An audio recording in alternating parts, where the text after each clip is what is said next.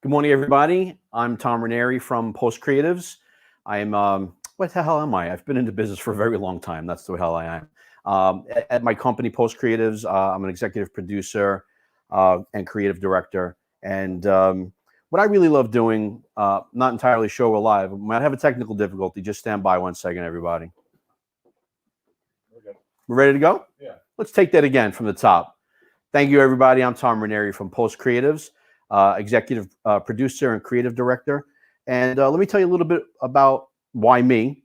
I've been in the industry for 35 years. I've been doing this since I'm 17 years old. I'll never forget one of the very first days I was on a commercial shoot. And I was very go-getting and wanted to really prove myself. And I didn't want to be the guy who, went and got coffee. So I asked the gaffer, what I could do to be helpful. And he told me to go put a pigeon on a pancake. And I had absolutely no idea what a pigeon or a pancake was. And so this business can be very humbling. There's a lot of lingo to go and learn. There's lots of equipment names that you need to learn and know. And what I wanted to do today was just kind of help you all out. I know there's a lot of young people out there just learning the business. And I wanted to go over a basic 3-point lighting for you today and how to maybe shape and light a little bit using some of the tools that I brought and some of the grip equipment that I bought. And today we have our lovely assistant, Joe. He's our film student from Rutgers, and he's going to be helping us today. So don't forget, you can ask questions along the way. We will answer any and all questions at the end. Please remember that I'm going to go through all this. I'm not like, Grant Cardone. I've never really presented before like this. So I'm a human being. I'm going to make mistakes, but ask your questions, queue them up, and we'll answer all of them at the end. So what I want to do is right now we have house lights on. And what we're going to do is I'm going to go through step by step on how to light this talking head interview. The reason why we have Joe wearing a white coat is because if you're doing lots of corporate work, you're going to be in a laboratory, maybe with Pfizer, hopefully, in their, innovations of the vaccine. Maybe you're going to be working in a doctor's office, or maybe just a corporate, person wearing a shirt and tie and they're wearing white. Now, the reason why that's important in today's setup is what we're going to do is we're going to expose Joe's face, right? But what's going to happen ultimately is that the shirt is going to be exposed hotter. It's going to be whiter and brighter. And so I have some tools here that I'm going to show you on how we can flag and net some of that lighting off of the white, really concentrate on lighting his features and his face. So should we also talk about, they'll be able to see the actual camera of the lighting? Yeah, so we have 3 cameras going up here. One's going to rove a little bit. One's going to be on my wide shot. And then this camera over here, which Jake is going to cut to right now, will eventually be the shot. So Dan brought up a good point. And before I get into the lighting, let's just say, for example, one of the conversations I had with Dan and Zach of Strix Media, who was really nice to have me here today and asked me to do this. Great guys, great little company. I've had them on set with me a few times now, and they're like sponges. They love to learn, and every time they come on set with me, there's more to learn about this. And there's only one way to learn, and that's to do it, right? You can go to film school, but unless you get your hands dirty, right, there's no other way to learn this stuff. So let's just say, for example, let's talk about look space. Look space is very important. Do I want to have the look space camera right, or do I want to have the look space camera left? Okay, once we figured out what our frame is going to be and what our background's going to be, today we just have a plain white background, so it doesn't really matter. But if we had something to light back there and the background was important, whether we go camera left or camera right is important. For today, we're going to go camera right. So you can see here we've got some of our lighting and our grip set up already, so it would be a little bit easier for us to walk through. I want to emphasize that the most important thing on your set is safety, because if you have gobo heads and arms and spring clamps and you keep a dirty set, if you have coffee and someone steps and it spills, listen, I can't emphasize enough, you have to have a clean set. You have to be careful. Safety is the #1 priority on the set, believe it or not. Getting the shot is secondary in comparison to the safety. So I'm going to walk over here, guys. I just want to let you know where I'm walking. And we have an aperture 120D. And I'm going to just pop this on. And you know what? I'm going to take that back a little bit. I'm going to turn it off. That was good. I forgot to mention, when you're firing up a light, you say firing, right? So you want to say firing so Joe knows that I'm going to fire this up. So now what I want to do is I want to play around with this a little bit. You know, depending on how I move this light, whether I'm going to truck left or truck to my right with this light, that will depend on how flat I want this lighting or how mottled I want this lighting. So if I'm going to truck right, then it will be more mottled, but you'll have to understand, excuse me for crossing with my back, you'll have to understand that you're then creating a nose shadow. And when you don't want to create a nose shadow, you might be able to fill it in a little bit. We'll get to that next. But if you're doing corporate work, you can have some modeling, but you really want to make sure that there's no nose shadow. So I'm not going to bring it on, you know, completely straight. Excuse me. I do want some modeling. And now I want to also make sure that I've got this in his eyes. So I'm pretty happy with this. Okay. Now what I want to do,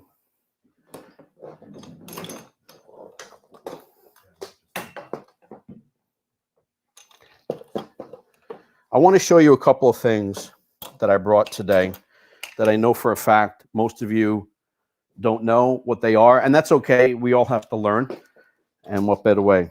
So I brought my road rags. My road rags are my flags and nets. So this is a flag, and it's pure black, and it's used for cutting light off the subject completely. I don't have Vanna White to help me today, so forgive me. I'm going to have to bounce around and do this a little bit myself. Universally in the film industry, when you either have a scrim or a net, this red piping here, Zach, you want to zoom in on that red piping? You can see that. That indicates that this is a double net. It's very simple because it's a net times 2. It's a double net. What we want to do with this is I'm going to just put this down so I have more hands to work with.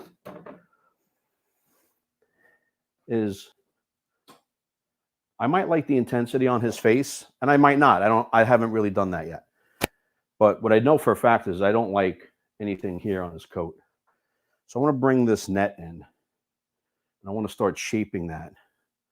I want to be able to cut it right under his chin. So I have to obviously be careful about whether or not this is going to be in my frame. And then I have to make sure that I position it in such a way that it's off of the jacket itself. Jake, can we see that? That's off. Yeah, let's turn the house lights off real quick so we can see. Give us a second to adjust, guys. We're going to adjust the camera exposure. And what I'm going to do is I'm going to bring a C-stand in. I think there's an arm someplace. Give me a second to grab that arm while they're doing their exposure. Guys, let me know when you have your exposure.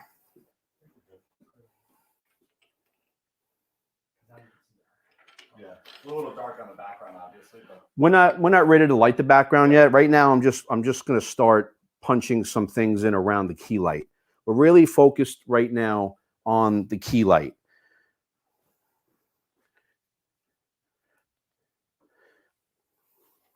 I'm going to move this back.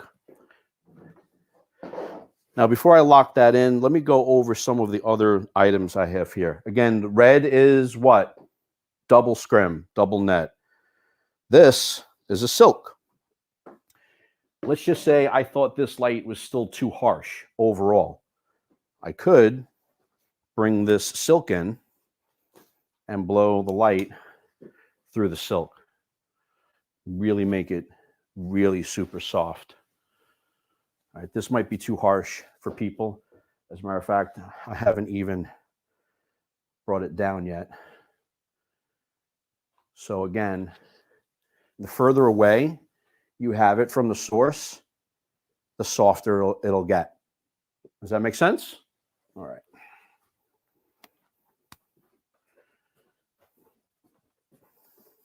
So I showed you what a double net is. I've showed you what a flag is. I've shown you what a silk is. And there's one other net that I want to just show you. Let's just say, for example, I thought the double net was taking too much light off the white, which it never is, because you can never take too much off. And I just wanted to bring the single in that just cuts. Again, we're cutting light and shaping light here. Okay.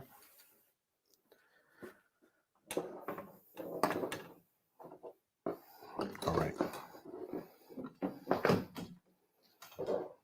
Again, normally I would be handing these to my grip and I wouldn't be fumbling around.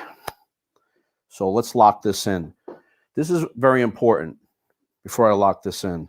I think lots of us on set get this wrong. And Joe, I'm going to just go in front of you. So excuse my back for 1 second. Universally with a C-stand, you want to make sure that the universal law is righty-tighty, lefty-loosey. Now, if this was on this side, you're locking this gobo head on the left-hand side. My left hand is wrong. Right hand, left hand. So I want to spin this around this way, lock it in, and I want to make sure that I torque this with my right hand. Lots of people, when they set the gobo heads, they make the mistake of underslinging it, which is technically wrong also.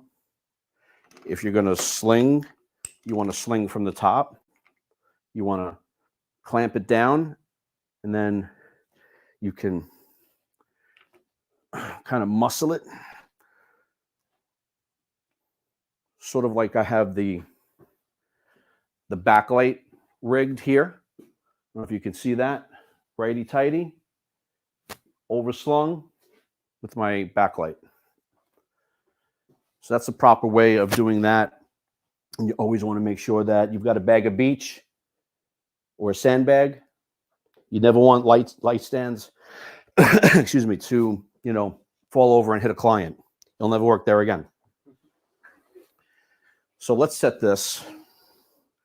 I'll try to speed up a little bit.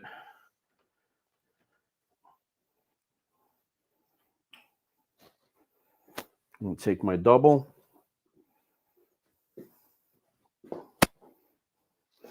Again, I would have my grip here helping me, makes it faster and safer.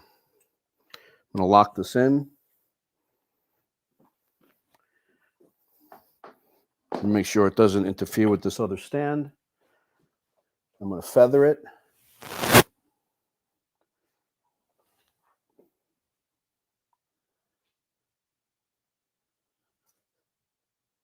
I think I'm in. Normally the DP would be talking to me about camera. Can we cut to the camera? Yes, I'm in.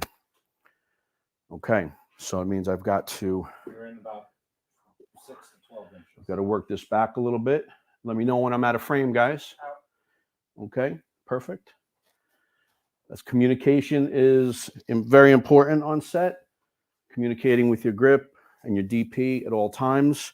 Listen, if you're one of those people who thinks I'm an eagle, I'm going to do this all by myself, you're 100% in the wrong industry. This is a 100% a collaboration. There's a hierarchy, from the executive producer down to the producer, down to the DP, the first AC, on all the way down to the production assistant, and everybody's critically important. And you have to work as a team, and everybody should not bring, let's see this. If you played video games until 3 o'clock in the morning and you have a 6 a.m. call time and you're tired, don't bring that attitude on set because you'll never work again, right? So good attitude, get your sleep, be fresh, be rested, because 10 hours on set is grueling. Tom, we're in frame an inch back corner. Okay. Did you change frames? No. Because nothing changed on my side. Maybe loosen. Okay. Yeah, now we're good. All right, now I'm going to just adjust it, Dan. Okay. So if it comes back in, let me know. You're in. All right, hold on. I want to lock this in because now I see that the line should be right here. Jake, is that correct? No, it's lower. It's lower? Yeah. Okay. Talk me into it.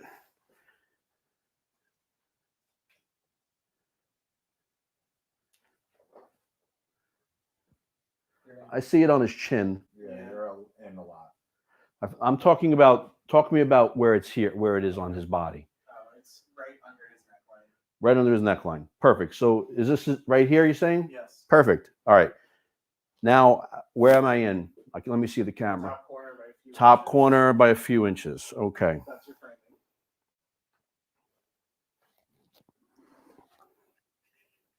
Let me know when I'm out. You're out. You're out.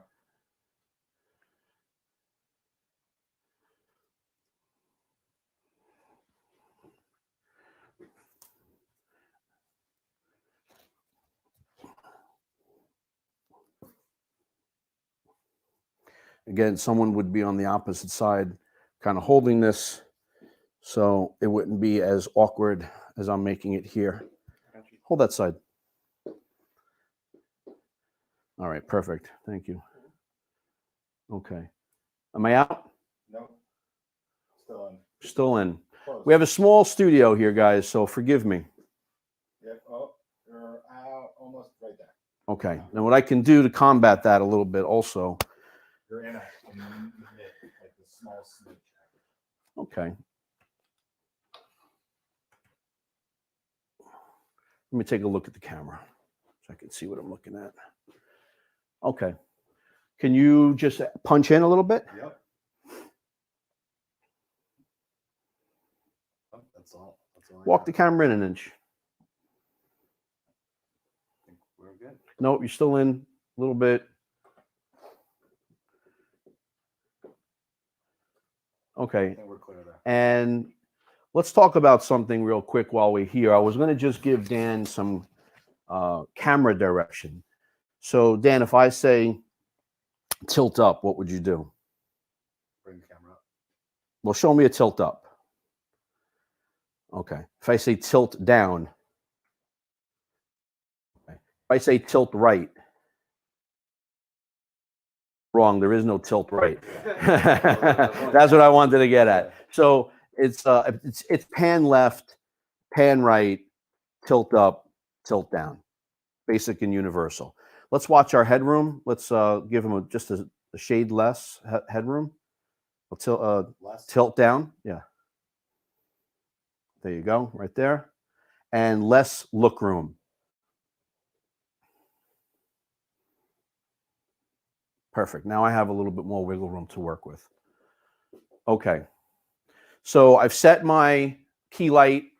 I like where it is. I like the exposure. Correct, camera guys? Are we happy with exposure? If not, I can dial it down. Yeah, we're pretty good. Let's just go through that a little bit. It looks a little bit different on the stream, so I'm kind of trying to combat that. But Yeah. Yeah. So let's see. That's a little bit lower. It looks good on here. Okay. Yeah. Great. So let's move forward. Now what I would like to do is I want to talk about my fill side. We have our key side. Now I want to fill. As you can see, we have a good amount of shading and modeling right in here. Now, some people would say, I love that. Call it a day. But I would say there's a couple of things we can do.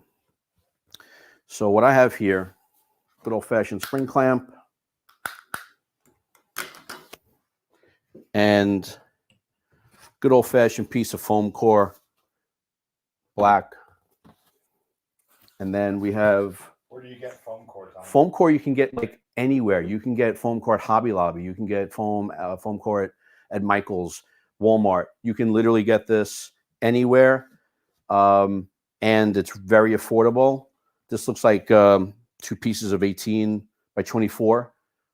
They come bigger also, like 24 by 36 if you're on a bigger set. But it's really nice to have these kinds of sizes. So before I lock it in with the C-stand, I can show a couple of different things. You can see here, that I'm going to bounce the light coming from the key, and I'm going to fill that in with the white. What I could also do, which I don't have standing by, because quite honestly, I forgot to, but if you're on a regular set, you can just go get another light real quick. There's a light right behind you. I normally wouldn't use a flat panel light because it doesn't have barn doors on it, and I can't control where that spillage is going to end up. Sure. So normally I would want to use a light like this. You know, these are the Aperture Minis, and they have barn doors on them, and I can control the light and the spillage. And I also have, let's see if I have it here or not. Yeah, I also have Cinefoil. Cinefoil is aluminum wrap. It's like, you know, if this was silver, you can cook with it. Don't cook with this.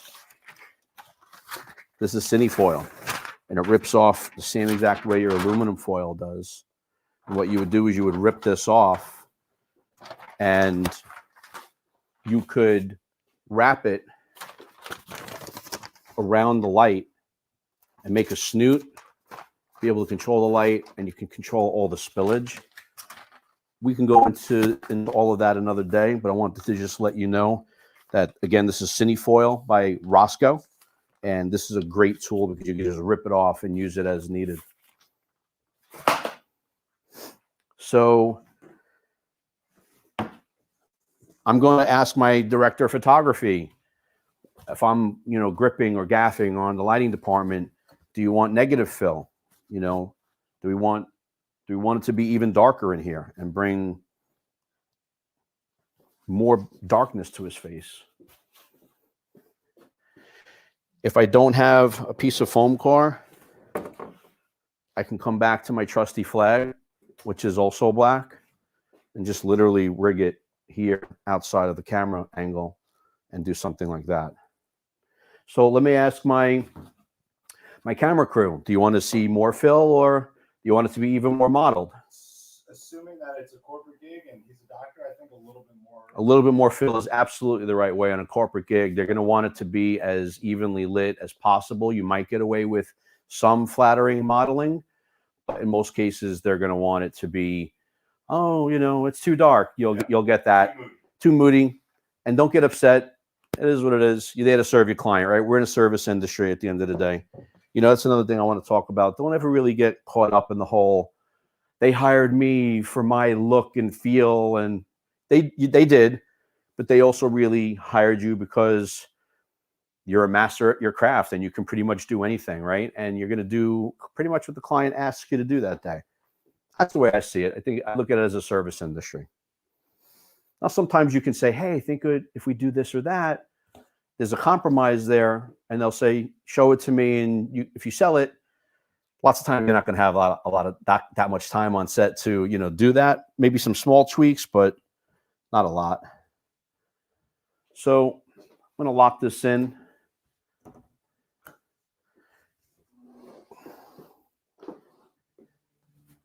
Again, righty-tighty, lefty-loosey. I can see the light hitting him right here. Am I in frame, guys? You are not. Okay. Do I have the ability to walk this in? Or I'm going to walk it in and tell me when I'm in. Yeah. Okay. So I'm going to walk this in a little bit. And I don't know if you noticed this, Zach. I just take the spring clamp and boom, clamp that in so it's not flopping. I'm going to walk it in. Okay. Now I want to raise it a little bit. All right. Well, we can always make adjustments. You're in. I'm in. Yeah. So you're still in. You either go down or out. Yep. You're good. I'm out? Yep. Perfect. Okay. Now I've got my key where I want it. I've got my fill where I want it. What I think we could do and should do next is I want to take all the light off of my background. And Dan and Zach, could you just please, if there's one more C-stand standing by, maybe can you grab me one, please? Yeah. And then Do you need an arm? I don't know yet, but we should always have an arm standing by. Is there an arm over there? There's I don't think they have an arm. Okay, I'll try to make it work without. If guys can just be patient with us and give us 30 seconds. Just give him a gobo head on top of that, please. Dan, we got it. Right there by your foot, Zach.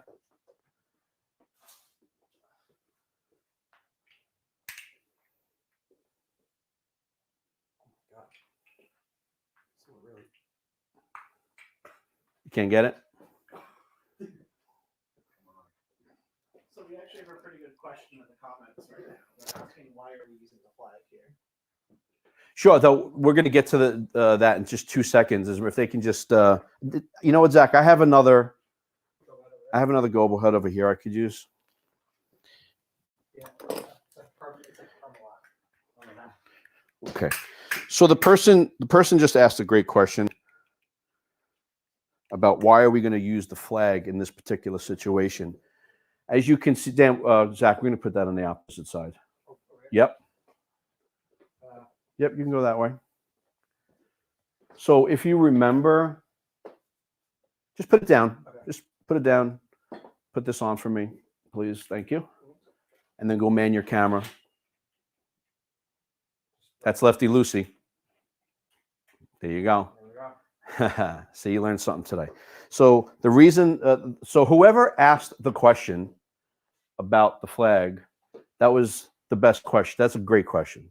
It's exactly what we're going to do right now. So I don't know if you guys need to go super wide over here, but I want to show you exactly what the flag is going to do. So the flag is going to come in sort of like this. We have low ceilings here, so I have to be careful. Okay, now what I want to do is I want to take the light. Maybe I can even go a little bit further back. As we see all the light. Oh, gosh, sorry. A little tight. I'm a little big. We want to take all of the extra light coming from the key light that's spilling onto our background, and we want to cut it off. Because I have a background light here that I'm going to make it moody intentionally. So I want to be able to control my key light. I want to take all of the light off that I can off my background. And so, can you guys see this? Okay. So it's not on Joe, right? It's just literally flagging off the background. You see how we made our background nice and dark. Everyone see that? Okay. So what I'm going to do, I'm going to get this C-stand now, and I'm going to try not to trip over myself and fall on Joe.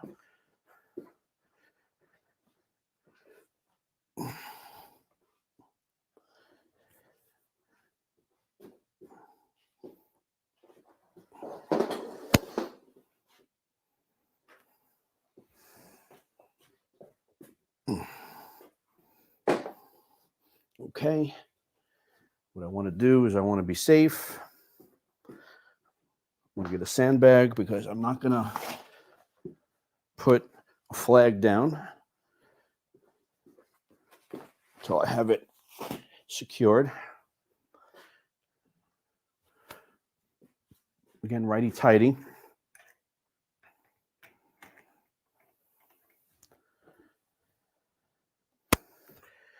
Now, what I like to do, I don't know if you guys can see me because I'm in the corner here, but I like to put my foot on the base whenever raising. And I always go to first riser first. Am I in frame? Yes, you are. By how much? So that's not in frame. I guess you move this stand. All right, let's talk to me about this one first. I'm on this one first. You're not in frame. Okay, I'm not in frame. And Jake, can you tell me that I successfully flag all the light off the background? This is in. I'm sorry, that's out. And that's in. You still have some light in the bottom corner. Right corner. Okay. So I'm in. Now you're in frame. You're in frame. Okay. So what I can do is I can feather this out a little bit. No, I'll feather it the other way. There we go. Okay. Now, because I'm a bull in a china shop and I knocked one of the other things out, we'll have to make an adjustment. Yeah, and Am I out? No, the black's still in a little bit. All right, well, Yeah. one at a time. Yeah. One at a time. You're a hair from being out.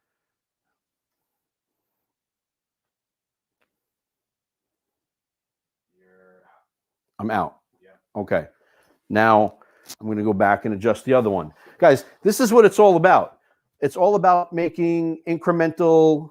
Oh, wait, who's on me? Where am I? You're out. Okay. It's all about making incremental changes.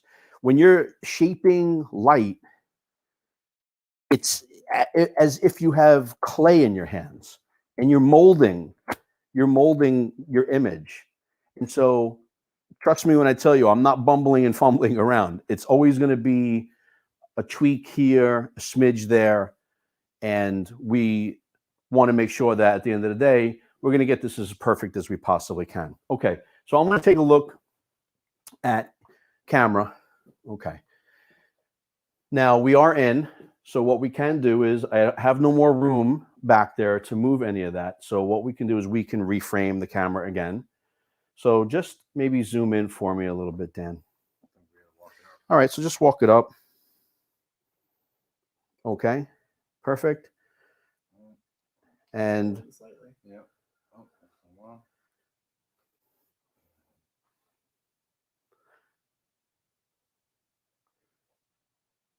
okay, let me see camera. Okay, now I would want you to, if you could, just truck left a little bit and then reframe.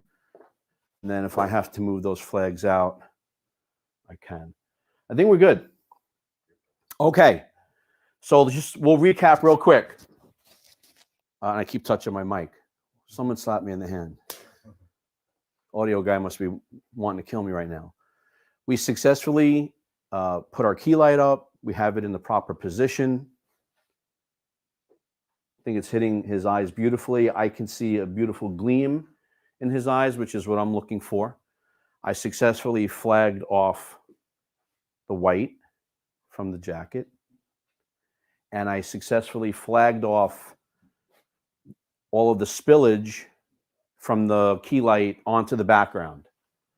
Okay, so let's move on. We're almost there. We're almost home. So there's a couple of different ways we can do this. This is an old-fashioned way of rigging. Well, it's industry standard. That's to say old-fashioned, of rigging a light that we would use as a backlight or a hair light. And so let me just fire this up. Now, I'm going to raise this light a little bit, and I'm going to tilt it down on him and understand that I have barn doors here. So I'm going to be able to control the light. And I also have a piece of diffusion standing by. If it gets too hot, I can clamp that diffusion on. Now, if this was black and it had a thinner front, they call that C47. That's a C47, but this is just a good old-fashioned clothespin that you can get. C47s will cost you like $25 for a bag, where you can go to the dollar store and get, you know, the same wood. It's just not painted black. And you would just kind of clamp it in like this. And then you can kind of roll this up and clamp it again. But I don't know if I'm going to use that yet. So I'm going to just put this off to the side for a second. So what I want to do is I want to put my foot, Zach, if you can. I don't know if you can see this. I'm going to put my foot on the base, and I'm going to raise it up. Now, again, universal laws, righty-tighty, overslung. What I did was I also wrapped my wire that still has plenty of, what's the word I'm looking for, Dan? play. Slack, Dan, Zach, that's the word. Zach, the slack. And then what I did here is I just got an old-fashioned clamp, not clamp, cord, metal cord, and I secured the light just in case if my grippage falls, the light would fall, it would still be hanging from the wire. So again, on set, it's all about safety, especially if you're hanging lights that are going to be heavier than this. Can't stress that enough. Even if you're outside and the wind takes something, I mean, this will come down in 2 seconds and you're kind of shot. So because I'm back here and I can't see the monitor, I'm going to have to talk to my camera guy or my DP and ask him point blank, what does this look like? Do I have enough? Do I need more? Do I need to soften it? Guys, talk to me. Can you turn it off and on? Yeah, that's a great thing to ask. Maybe repeat what Zach said so they can hear. They might not be able to hear what he said. So Zach asked me if I can turn it on and off. Give me a little bit more headroom, please, just a touch. And pan a little bit to your right. Just a little bit. There you go. Okay, just a little bit. All right. This is going to be off, and that's on, and off and on. If it's too subtle and you're not seeing anything, I can punch it in. Yeah, it's right on that line. We could go a little bit more. All right, you know what I'm going to do? I'm going to walk it in. I need more intensity. I'm going to walk it in.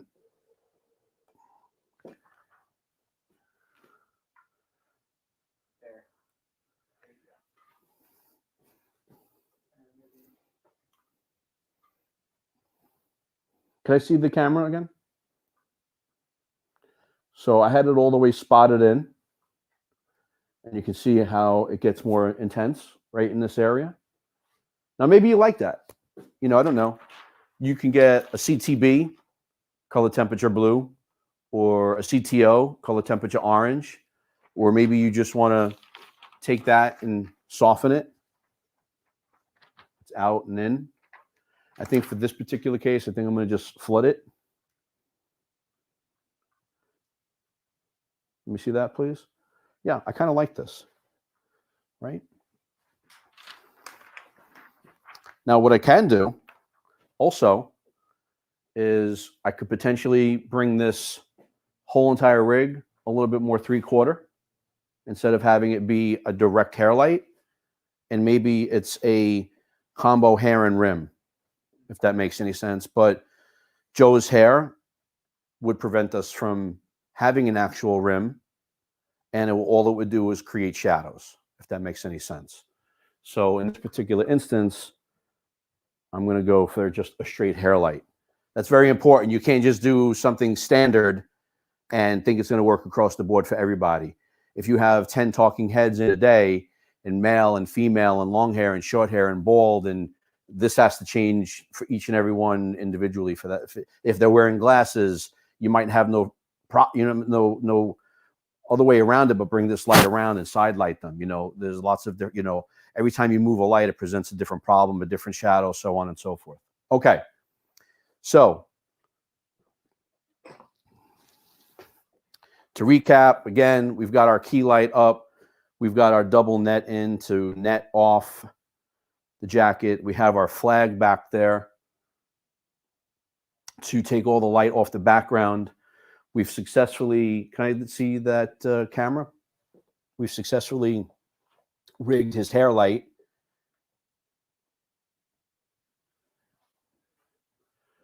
The last thing I'm going to do is I'm going to add, just to show you what it looks like. We probably, again, if this was a corporate job, not have something as moody as I'm going to show you, but want to show you the reason why. Maybe you're going to just put a straight color back there and not do a gobo. What I'm going to show you is, I think pretty fun.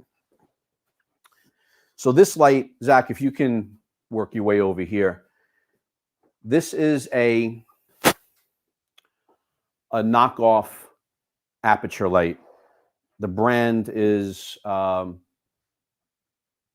great video maker or something like that. I don't even know. It's like a Godox. It's just a knockoff aperture, right? So a couple of $100 versus $1,500.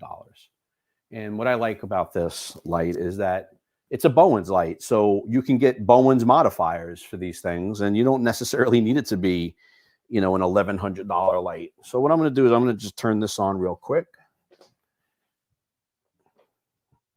Take this out first. Okay.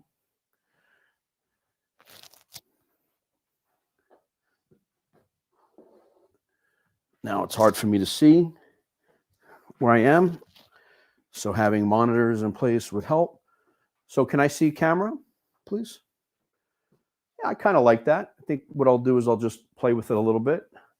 What I have here, Zach, I'm going to come all the way around. And I can show you guys that that's, again, a Bowens mount, and I have a modifier on the front. And what this is a gobo. Okay, it's literally a piece of tin, a little piece of metal. And then I have, they come with different patterns. And you just kind of. Hold it up one more time, Tom. Yeah, let me snap this in first. And there you go. Let me know when you've got it. I got it. Perfect. So the first thing I'm going to do is I'm going to just make an adjustment on the light. And since I can't really see it, maybe you guys can talk me into it. Yep. Now, this what I like about this light is that it is bicolor, but it's also RGB. So I can really change the colors on the fly without having to use colored gels, right? I can just dial in any color I want. Actually, if you can just stay right there so I can see. Okay, I think I really like this. So what I can do with this light is there's actually a lens on it that I can soften it or make it wide open. And then I can just take my gobo. Is that kind of like a mini Fresnel in a way on there? That's exactly what this is. It's emulating a Fresnel. So a Fresnel light can cost thousands of dollars, and all of the accessories that go with a that kind of no, it's not a Fresnel more than it is. I'm going brain dead because I'm getting old, guys. But the name of the light will come to me. It's not a Fresnel. A Fresnel is a piece of glass that's shaped in a high beam, like in a car. That's not what's happening here. This is again, I'm old. Forgive me. The name of the light will come to me 10 minutes after the show's over. On my way home, on my drive home, I'll be like, oh, I remember. It's a Lico light. A Lico light. Okay. So this emulates a Lico light by putting the patterns in. So I'm going to just put this in. There's a little slot that I can just drop this in safely. Now, can we see that a little bit better? Can I see camera? Yep. It's a little bit of pattern going on there, a little spottiness. Sorry about that. Do you want it on the entire frame? Or do you No, want I'm not necessarily. I would really love to see the camera, though. Great. It's a little hard to see. Yeah, I can see that right there. Yeah. I can see that. I think I'm going to lock that in because I think I like that. So, again, keep your knees fresh. Don't put on 50 pounds like I did. Keep in shape. And then you'll be able to be a little bit more nimble. So that may or may not be a corporate background, but it's a nice background. Again, you can make it any color. Probably a blue would look better for a corporate. Pick this up. Let me see if I can dial in a blue.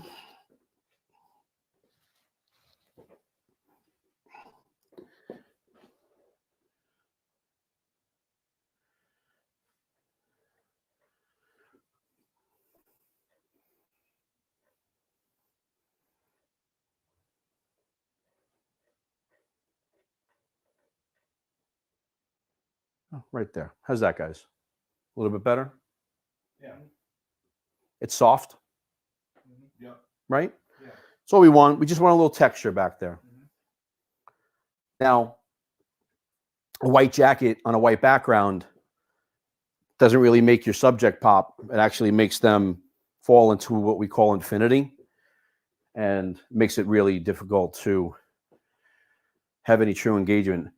Whew. Out of breath, out of breath. That was a decent amount of work.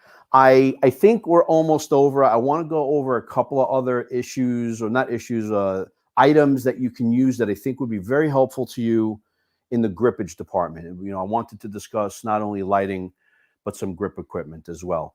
I've got my grip bag back there, but I've got a couple of elements here that I've got standing by. Should we turn the house lights on? Not yet. Not yet. Not yet. Unless you guys can't see. No, we're good. Can you not see me at all? Not when you stand here. What if I'm here? Yeah, if you stand like even come closer to Joe, you're Okay. Why don't we do this? Before I do that, why don't I get out of the frame? Zach, why don't you set up second camera now, maybe even, I don't know if you can set second camera up over there. Have it On, yeah, on him. Oh, I have it, yeah. I don't think I'll be able to figure out any of that stuff. If you can't clear any of it, it's okay.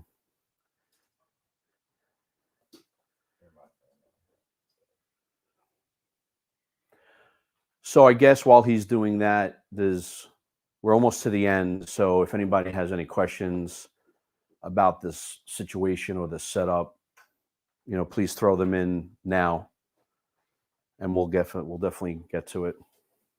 Is there a question? What are Gelco lights and why are they so serious? What did I say was Gelco lights? Well, that's not a Gelco light. That's Lico, you said. I think did he mean to say Lico lights? Oh, J and L are right next to each other on the keyboard, probably. Yeah. So Lico lights are used. The Lico light is a great question. So a Lico light is used on lots of commercial sets, and their barn doors actually are built inward to the light.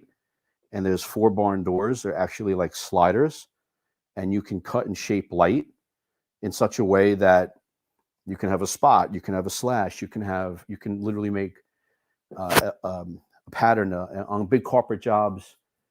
When you're doing a big panel of people on a stage, you normally would get what's called lighting trees, and you would mount Licos to the trees, and you would light the stage from both left and right. But then Licos are also used in a very theatrical manner on big commercial sets when you're, again, lighting backgrounds or backdrops or things like that, when you want it to look Broadway-ish, if you will, if that makes any sense. I hope that answers your question. We also have another question from Jay Liu. What is a good place for lighting equipment, light stands and C-stands and flags Where is a good place? to purchase? Oh, that's a great question. That may not be a great question for me to answer because I'm a loyalist. I'm really loyal to the brands that serve me well.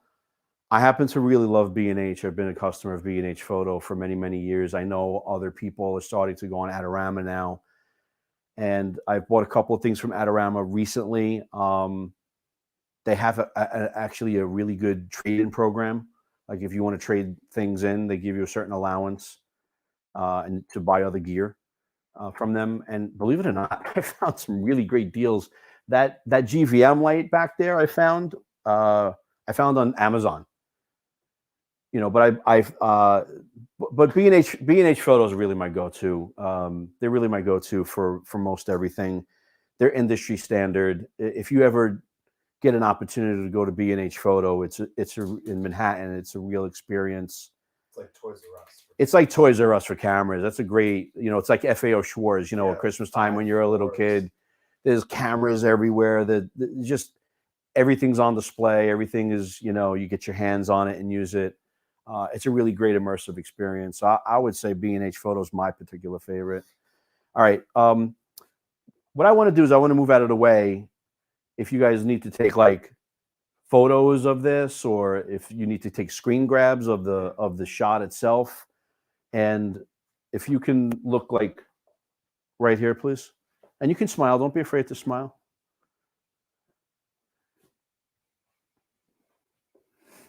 And I can see you have a wide shot on the set itself, so it's good to see where all the gear is and how everything is set up.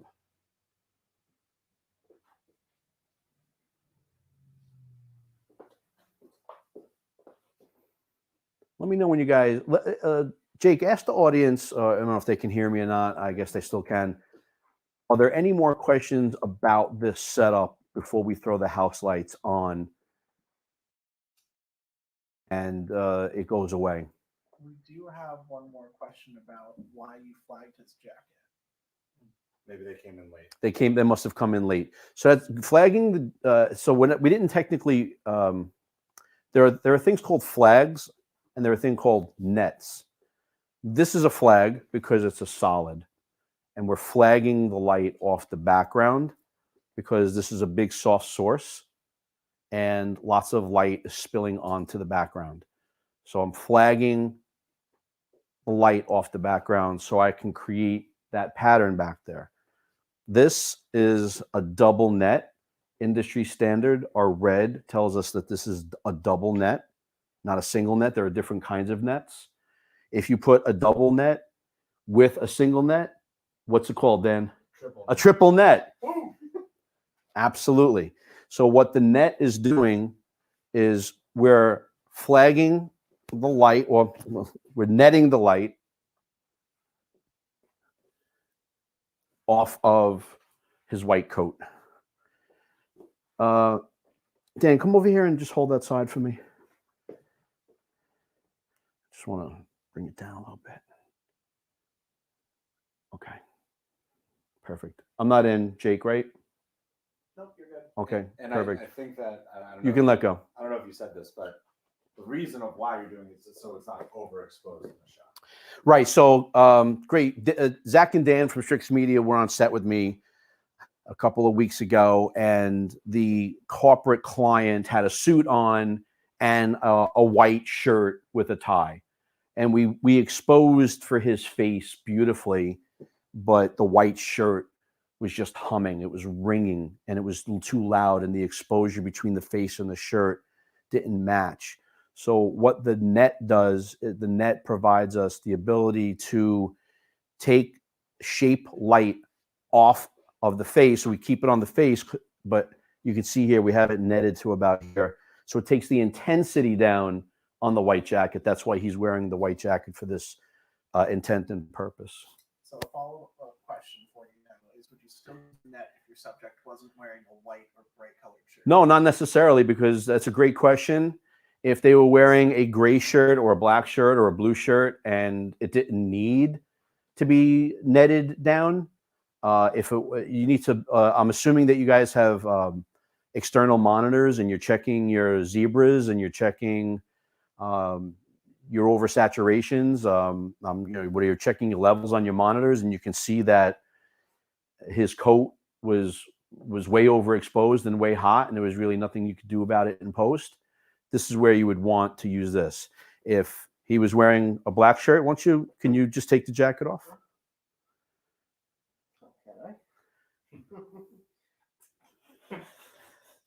No, it's Watch yourself. All right, come on. Secretly a straight jacket. There you go. There you go. Give it to me. Sit back down. Coming in hot. Now you can see we do not in any way, shape, or form need the net. The net is now not necessary because the exposure is beautiful and the black shirt is beautiful. The only thing I would do now is I would come over to my backlight and I would probably make a small adjustment, and I would probably want to put some of it on his shoulders. See that? On and off.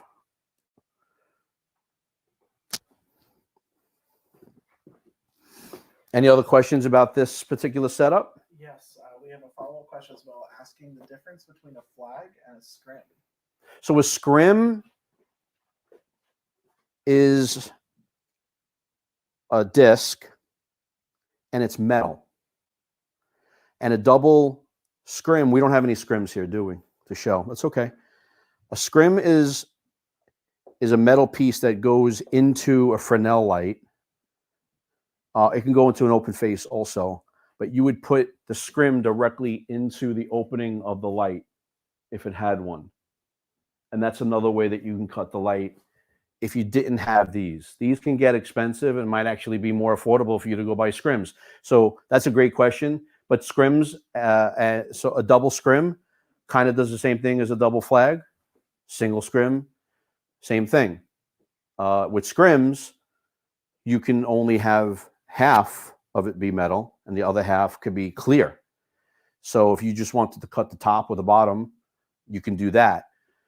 That's a little bit more direct source to the light, where here you're actually feathering it to the person. It may not do exactly the same thing, but you can get pretty close, and that's a great question. Okay, one last question about this setup is, can you talk a little bit more about the eye line of the subject? What do they want to know specifically about the eye line? That was all they put. Okay, so what I have here is, let me get Talk here. about like how the usually interviewer will be Yep. sitting on the same level. Talk about that. So if you were here at the very beginning, what I talked about was if Joe was looking this way and his chair was facing this way, that would be camera left. Now we've got him camera right. So when we determined we wanted to have him camera right, and he's looking at where the person would be interviewing him. So we put your hand right there, move it, slide it over. So that's his perfect look space in an interview. And his look space is where the key light is. So if I put my key light here, but I put his eye line this way, you can see how dramatically it's different. And all of this side is in darkness. Just want you to look like right there. You see? Now, some people would say they love that, but there's all kinds of nose shadows and all kinds of bad things happening there for a corporate shoot. So you want to take his eye line and move him here so it's in line with his key. Did that answer your question? Yes? Maybe also like high and low, and like if should we be like camera above his eye or like? You know, Zach had just asked a question, you know, should the camera be higher? Should the camera be lower? That's something that I think artistically you can play with a little bit. We just did a job in Delaware with a CEO of a company where we shot up on him a little bit to give him that God effect, right? We, you know, if you're a Netflix fan, right, there's all kinds of different frames that you can do now. Sports Center has all these different kind of frames where they put, Dan, I don't know if you can do this, or you can just go this way with the camera and put his look space in the opposite direction. And if I can see the camera, please. You're still looking here. Mm-hmm. They do that now. I don't know if I love it, but you know, the people get creative with the frames. So shooting up and down a little bit is okay. Shooting up a little bit. They'll shoot them on the right side of the frame looking out. Yeah. That feels weird. It does, but they're doing it now. Yeah. Right. So they're just trying, they're trying different things. But you want to just basically, so here's what you don't want. Here's the most important thing you need to know about eye line. Give me a close up, or get as close as you go back to your original framing. Can you look up at the ceiling, please? Mm-hmm. That's terrible. I've literally had somebody that I sent out on a job one time in Tennessee, and I couldn't be there. And they literally interviewed them standing up over here by the key light. And so the person who was sitting being interviewed was looking up at a person who was 6 foot tall standing by the key light. And this is what his eye line looked like. It's terrible. But if you can look back over here again, as long as you're within that, parameter, you have that little wiggle room to be creative. I hope that answered your question. Maybe go over like a couple of never do's or do not do ever things that are like some people do that you've seen that you have to correct. I got to be honest with you. That's a very long list of things. I mean, that's a very, very long list of do nots. I mean, really. A common misconception, maybe. I don't know. Why don't we do this? I think you and Zach now have been on set with me a handful of times. What was your number one takeaway from being on set with me? Maybe on the Delaware shoot, or even today, was there something in particular that you just didn't know existed? Screens were how you could stop down like parts of the image as opposed to the whole image was awesome. And then I think how you separated the subject from the background in color was a pretty big takeaway. Mm-hmm. Okay. Look, I would say this. Here's what you guys need to know. You need to be courteous of your other teammates, right? You just understand that you may be working together for that one day, or you may be working together for 30 years. I don't know how your team is set up, but you got to be courteous. You just have to be courteous to one another. I would say that, believe it or not, it has absolutely nothing to do with setting up lights or being safe or making sure that things are rigged safely. All of those things that I talked about today are extremely important. But I would have to say that the number one thing that you should never, ever, ever, ever bring to a set with you, and that will get you fired immediately. And I don't know how you call it cancel culture. Is that what you guys call it? Never, be welcome on a set again. Is just having a bad attitude. Having a bad attitude is just terrible. When I was 20 years old and I was a grip, working my way up the ladder to be a gaffer, they used to call me Tommy Run and Gun. I used to be a 50 or 65 pound lighter version of myself. And if I was asked to do something, it was like, how high would you like me to jump? How fast can I run over there and get it and bring it back to you? Because at the end of the day, it's a white glove service. It's a service industry. You always need to remember that this is a service industry. What we're doing here is you're mastering your craft. But to answer your question, Dan, for me, it's all about attitude. Don't bring a bad attitude to set, because unfortunately you'll be asked to leave and then you'll learn nothing. Right? Mm-hmm. Right. Joe, do you have any questions? Not that I can think of right now. Stay right there. I have a couple of things I just want to show you. There's always more than one way to skin the cat. And I just don't remember where I put it. Oh, there it is. So whenever you hang a light, you want to be really careful about how you hang that light. And I have a couple of different tools right here, Zach, that I want to show you. Should we flick on the house lights? Is it too dark? Yeah. All right, let's do it. We'll just adjust the camera, back up a little bit. Okay, no problem. I can see. Okay, you know what? Let's give a round of applause for Joe from Rutgers, film student. Thank you very much. You did an amazing job. Thank you. If you can go right over there, and this way I don't have to fall on you. Okay, a couple of things I want to talk about. Really super helpful tools on set. We talked about having this be a lighting and a grip workshop. I have a grip bag here that I think I've got some great tools in it.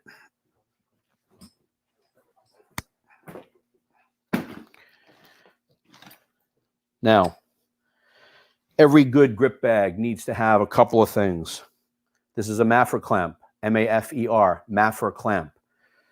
What you want to do is you could take this Maffer clamp and put this here, clamp it down, and then hang the light from here from the pin. Does everybody see that? And it's not just this backlight. We're talking about different kinds of lights.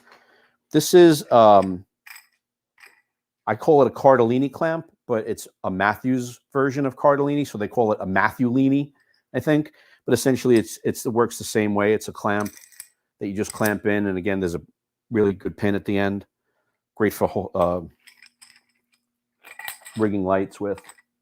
I have one thing in particular that I really want to show you that will really help you out one day. And if we didn't have, let's just say you run out of C-stands and you run out of stands and you run out of gobo heads and you have no more stands, but you need to rig more lights. This is called a scissor clamp. I'm going to come up a little bit closer. If nothing else, go out and get a couple of these today. I think you can get 3 of them for like 20 bucks.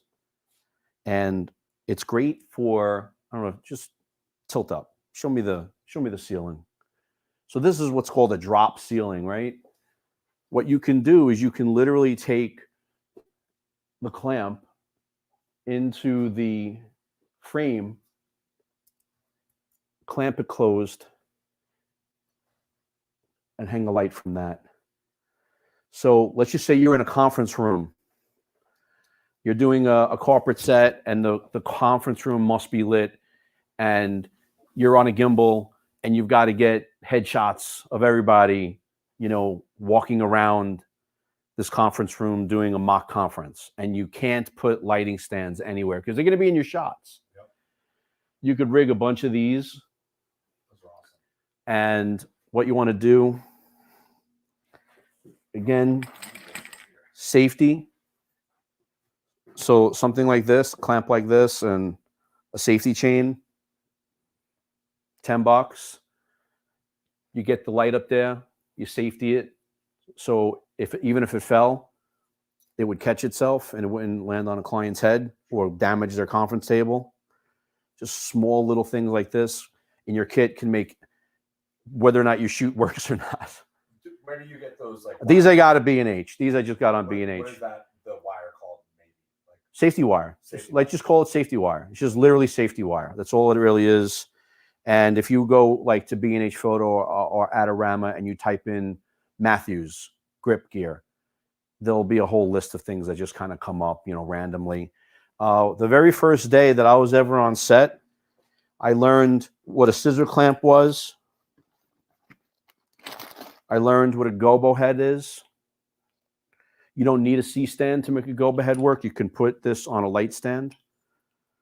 So scissor clamp, Maffer clamp,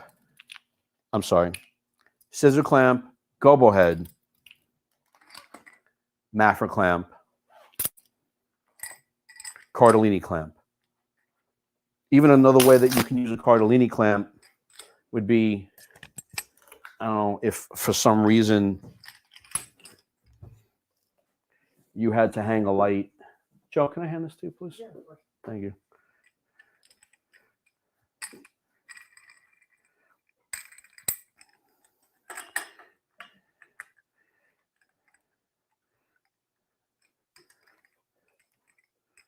Is this helpful to mention maybe? Oh, this could be useful. No. Now this is really nice and secure. And if I had to, I've got a pin here now. I could hang a light here and have it shooting up, shooting down. I can actually even hang a light from here and move the, can I have that again? Mm-hmm. Let's just say there was a light here and I had this back here. If I was out of stands, I'm out of stands. I got no more stands to work with. I need to rig more lights. I need more lights. What do? I have no more stands.